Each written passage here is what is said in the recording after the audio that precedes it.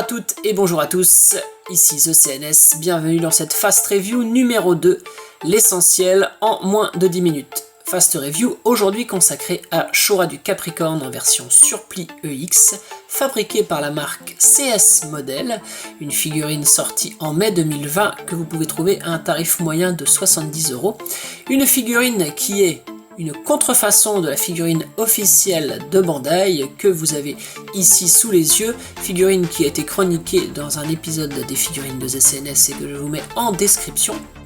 La figurine est donc composée de deux boîtes dans lesquelles vous retrouvez deux blisters. Le blister principal, le voici, contenant le personnage, l'effet Excalibur, un casque, 5 visages supplémentaires et 5 paires de mains, en somme un contenu identique à celui de la version Bandai pour ce premier blister. Le second, quant à lui, contient par contre une bonne surprise puisque en plus de l'armure normale, nous retrouvons également l'armure Broken que vous ne trouviez que avec le pack Broken pour la version officielle. Ici, vous avez donc les deux armures dans la même boîte, ce qui est très appréciable, et si vous prenez la bonne option lorsque vous vous procurez cette figurine sur les boutiques chinoises, eh bien vous pouvez avoir un deuxième corps dans un sachet à part qui vous permettra d'adopter les deux configurations. Retrouvons ici en gros plan l'éventail de blisters qui nous permet de constater à première vue une très bonne qualité, notez les deux paires de cache-mains grappées. Donc vous pouvez également vous apercevoir que contrairement à la version officielle, en fait vous n'avez pas le totem, seule la configuration avec le personnage est permise. L'armure est de bonne qualité au niveau peinture, à part les quelques points que je vous pointe ici, petit star sur le ceinturon pour ma part et des problèmes de finition au niveau des éléments plastiques des jambières. Sur l'armure Broken, c'est à peu près la même chose, belle qualité de peinture. Une peinture très flashy, alors c'est la lumière qui fait ça, en fait vous verrez tout à l'heure lors de la comparaison avec la Bandai qu'en fait le rendu est très proche. On retrouve ces problèmes de finition sur les éléments plastiques également. Ici le deuxième corps, de belle qualité esthétique également. Passons maintenant au point de comparaison. Sur la gauche, l'effet par Excalibur Bandai, à côté le CS Model, exactement la même chose, la même structure, aucun problème de peinture. On est vraiment sur quelque chose de très proche, quasiment identique. On ne retrouve pas de problème de débord de plastique, de choses mal finies, non, c'est très propre. Et finalement, la seule chose qui différencie les deux, eh bien, c'est un côté un peu plus brillant de l'effet part CS Model, à la différence du Bandai, mais sinon c'est vraiment la même chose. On passe maintenant à la comparaison des différents visages. Donc à gauche, le visage Bandai, à droite, le visage CS Model. Notez donc le visage aveugle assez différent. Le visage Athena Exclamation avec regard sur le côté se ressemble un peu plus, il donne une impression d'être un peu plus petit sur le CS Model, un petit peu moins affirmé. On voit que le teint de peau entre ces visages est quand même très proche, de même que la finesse des yeux, des regards. Ici, seule la bouche permet vraiment de différencier les visages hurlants. Le visage en larmes, vraiment assez proche, bien que l'expression soit légèrement différente. Les pupilles, vous voyez qu'on a vraiment un travail très proche aussi. Le visage aux yeux fermés a la même attitude noble.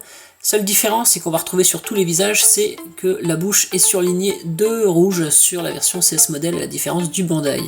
Ici, un exemple de main, je ne vous ai pas mis toutes les mains, c'est juste pour que vous vous rendiez compte du travail de sculpture très proche et de la peinture moins bonne, mais plutôt correcte sur le CS Model.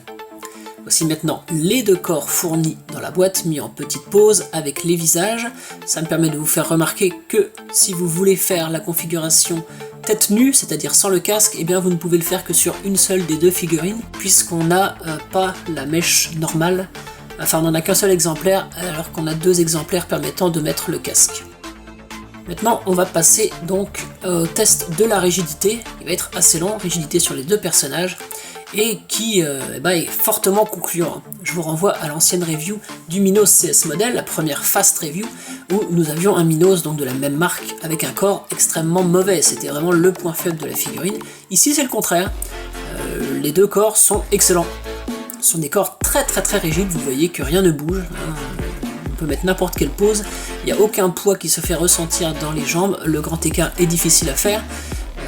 Voilà, la figurine va prendre toutes les positions, il n'y a pas d'endroit plus difficile qu'un autre. C'est très rigide, donc c'est très bon, très satisfaisant de ce point de vue là, presque trop en fait. Limite le corps est trop rigide, je m'en suis rendu compte après lors de la phase montage, c'est tellement rigide en fait qu'on prend beaucoup de temps pour faire une pose.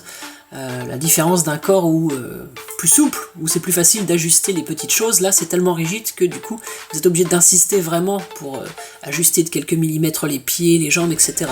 Donc du coup cette rigidité trop grande presque finit par devenir un défaut, mais à la limite c'est un défaut dont je me contenterai davantage qu'un défaut de corps très très mou. Donc pour ma part c'est plutôt un point fort évidemment de la figurine.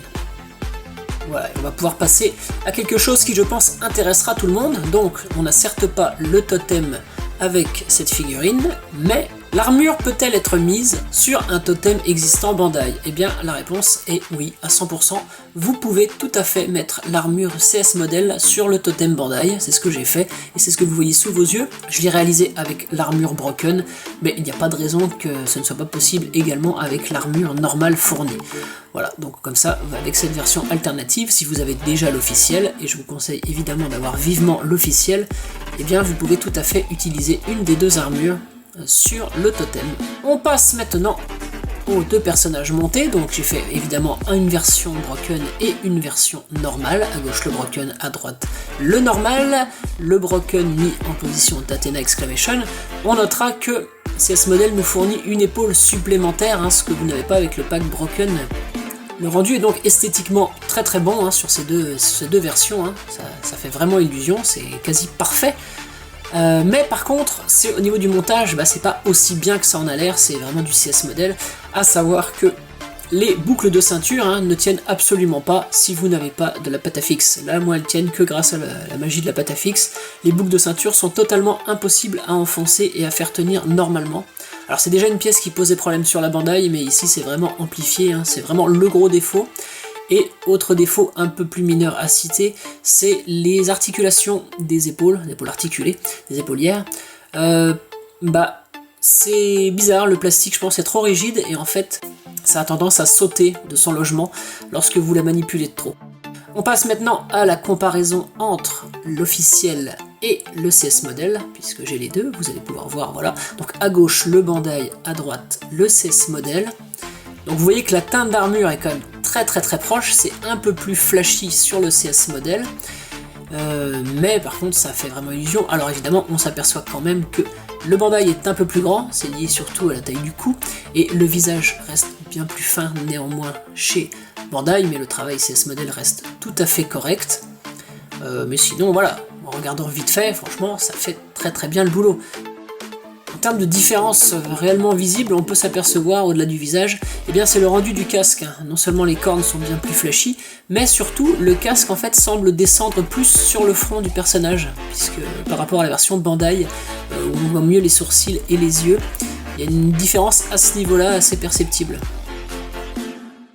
Voilà maintenant sur fond blanc où on voit mieux les nuances de couleurs, puisque dans le plan d'avant vous pouviez avoir l'impression d'une quasi-similitude parfaite entre les deux teintes. Là on s'aperçoit quand même que c'est bien plus flashy chez CS Model, mais ce n'est pas non plus extravagant. On s'aperçoit que la teinte de peau du personnage est quasiment la même, et que mise côte à côte, vous voyez que on est quand même dans une lignée très proche en termes de rendu et de qualité. Ça fait franchement très bien le boulot. En résumé, il y a à boire et à manger avec cette version CS Model. Les points forts, c'est évidemment son contenu assez conséquent et très complet, qui vous permet pour un prix dérisoire de vous faire quelque chose qui vous aurait coûté très cher en officiel. Mais maintenant, vous ferez ça évidemment avec une finition plutôt hasardeuse et des petits problèmes de manipulation et de montage, mais pour un rendu esthétique qui fera quand même très bien le boulot. Néanmoins, si vous ne devez en avoir qu'une, évidemment je ne peux que vous inviter à vous retourner vers l'officiel, mais si c'est pour faire des doublons comme moi, eh bien foncez. J'espère que cette deuxième fast review vous a plu les amis, n'hésitez pas à m'en faire part dans les commentaires, et moi je vous dis à bientôt pour une prochaine vidéo. Salut à vous!